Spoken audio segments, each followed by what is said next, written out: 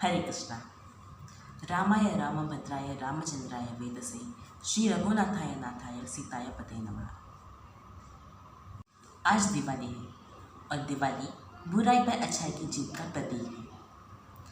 हर जगह दीप मौजूद है। इन दीपों की रोशनी काले अंधकार और असत्य के उन्मूलन का प्रतीक है। दीपावली के ही दिन भगवान श्री राम और लक्ष्मण रावण को मारने के बाद अपनी अभार्या सीता के साथ अयोध्या वापस आए थे।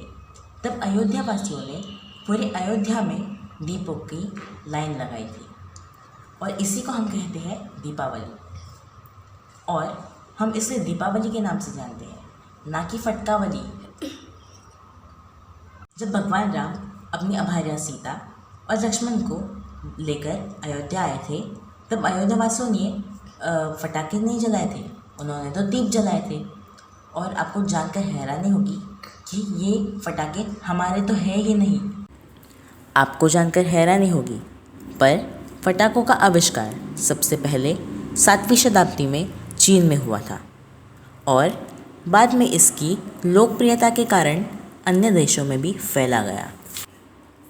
आतिशबाजी के प्रदर्शन के लिए बारूद का इस्तेमाल का पहला सबूत 700 सीई के दौरान चीन में तांगा या तंगा राजवाड़े के समय का है।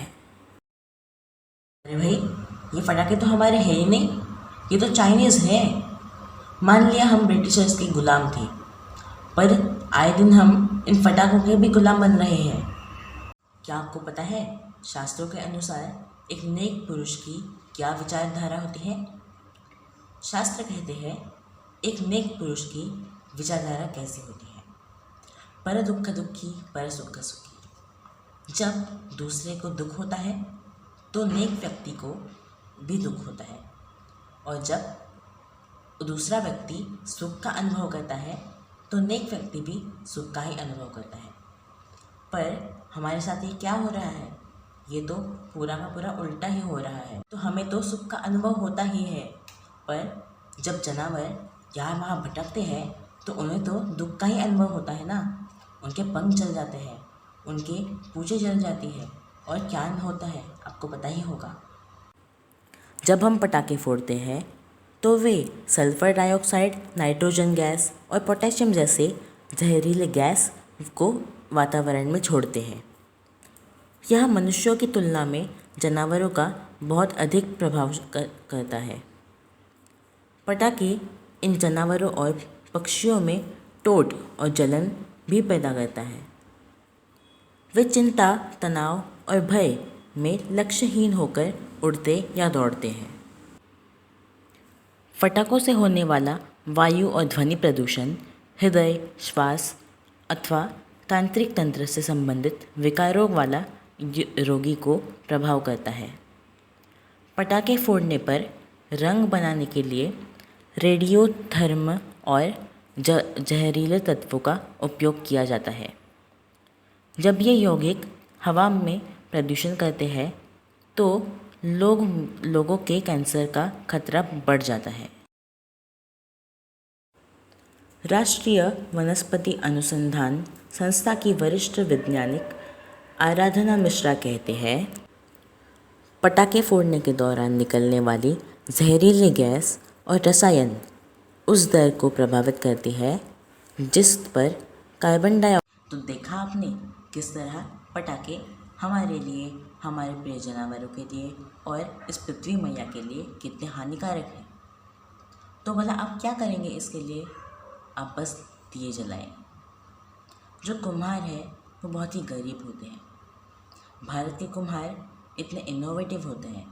मैं आपको एक मेरे घर पे प्रोडक्ट दिखाऊंगा जो हमारे लोकल कुम्हारों ने ही बनाया है। वो प्रोडक्ट इतना सुंदर है और इसके अंदर 2 in 1 है। तो इन कुम्हारों को आप सपोर्ट कीजिए।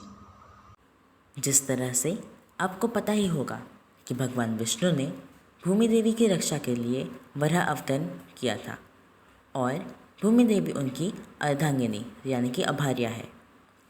तो क्या आप विष्णु भगवान की अभार्या को इस तरह से फटाकों से जलाकर प्रदूषित करना चाहेंगे, या फिर भगवान वराह खुद आकर हिरण्याक्ष का जैसे हालत किया था वैसे आपका भी हालत कर देंगे। इसीलिए आप सतर्क हो जाइए और सिर्फ दियों से ही इस दीपावली को सजाइए।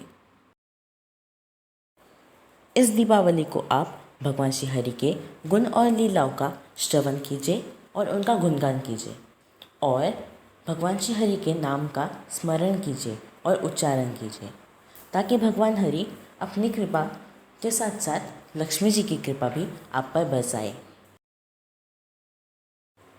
मैं ऋषिकेश अपनी वाणी को यही विराम लगाते हुए भगवान श्री श्री राधा गोपीनाथ को आपके ऊपर कृपा बरसाने की प्रार्थना करता हूँ।